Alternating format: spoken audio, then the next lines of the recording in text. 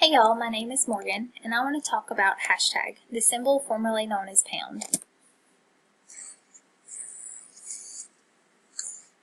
So here it is, the first tweet in which the pound symbol was used as a hashtag. The tweet was made by Chris Messina, who is a former Twitter executive. Chris had the idea to use the pound symbol to group like ideas on Twitter and to allow people to filter tweets by topic. So everyone who was interested in Barcamp wouldn't have to search through an endless amount of tweets to find maybe one or two related to this topic, but they could search hashtag Barcamp and all the tweets related to this topic would be right in front of them. However, Twitter didn't quite follow Chris on this idea. They told him that these things are for nerds and that they're never going to catch on, and boy were they wrong. So here are two examples of how hashtags can be used to group like ideas on Twitter. We have hashtag first world problems and hashtag ain't nobody got time for that. One of the arguments for hashtags is that they create a community on Twitter. Well, for all the people who hashtag can't even, here's your community. So why hashtag? Caleb McIver states that the origin of hash is actually British. So the symbol on the left is the symbol for the British currency, which they call pound, and the symbol on the right is our pound symbol. However, when Chris decided to use our pound symbol on Twitter to group like ideas, he didn't want to use the word pound as it would be confusing to people in Great Britain who think of the pound symbol as the symbol you see on the left. So he borrowed from the British because they call the hashtag an actual hash key. So instead of just using the British word, he borrowed their word hash and made hashtag. So thanks again, Great Britain, for your contribution to our language. Was that sarcasm? Many of you may notice when you're scrolling through social media that most and a lot of hashtags are forms of sarcasm. They're things that you're thinking but that you wouldn't necessarily say out loud, or they're just a way for you to express your feelings, kind of like an emoji. So Kuhneman states, he's a linguist, that analysis indicates that the use of hashtag reduces the further use of linguistic markers for signaling sarcasm such as exclamations and intensifiers, which means that people no longer know how to express themselves through a complete sentence, but they feel like they need to use an incomplete thought and 50 hashtags to kind of describe what they might be feeling or express a form of sarcasm. So is there really a need for the hashtag? Linguist Ben Zimmer says that hashtag is a form of ironic metadata, meaning that the use of the hashtag is only to describe something further already stated, similar to the use of emojis. Then linguist Sam Biddle poses the question, but why the need for metadata when regular words have been working so well?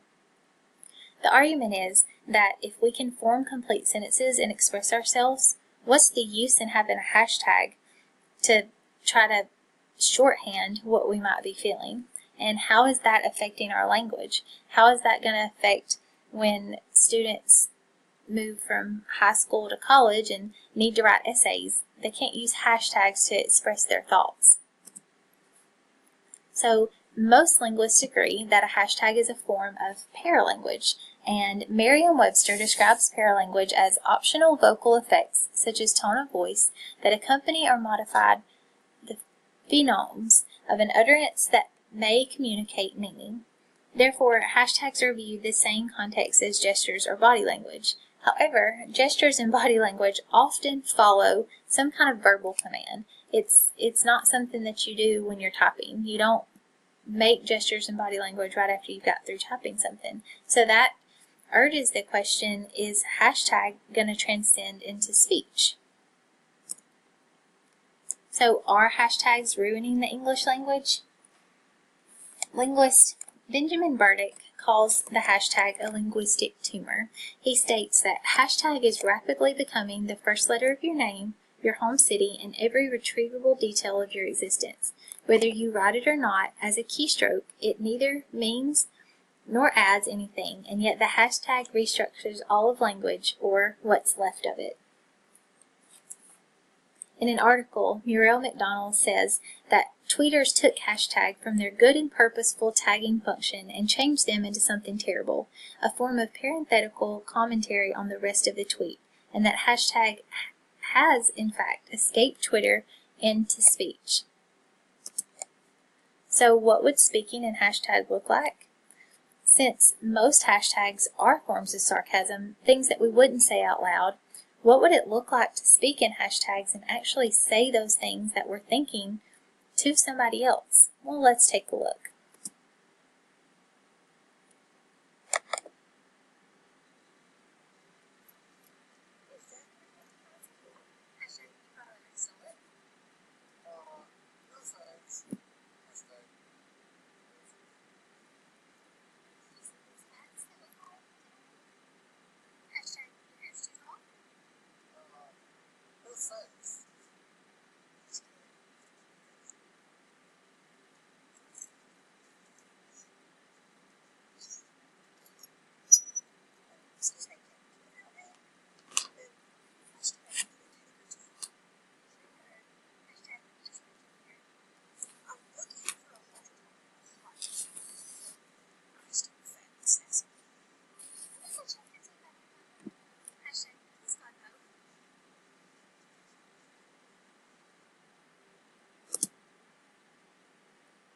So what's next for the hashtag?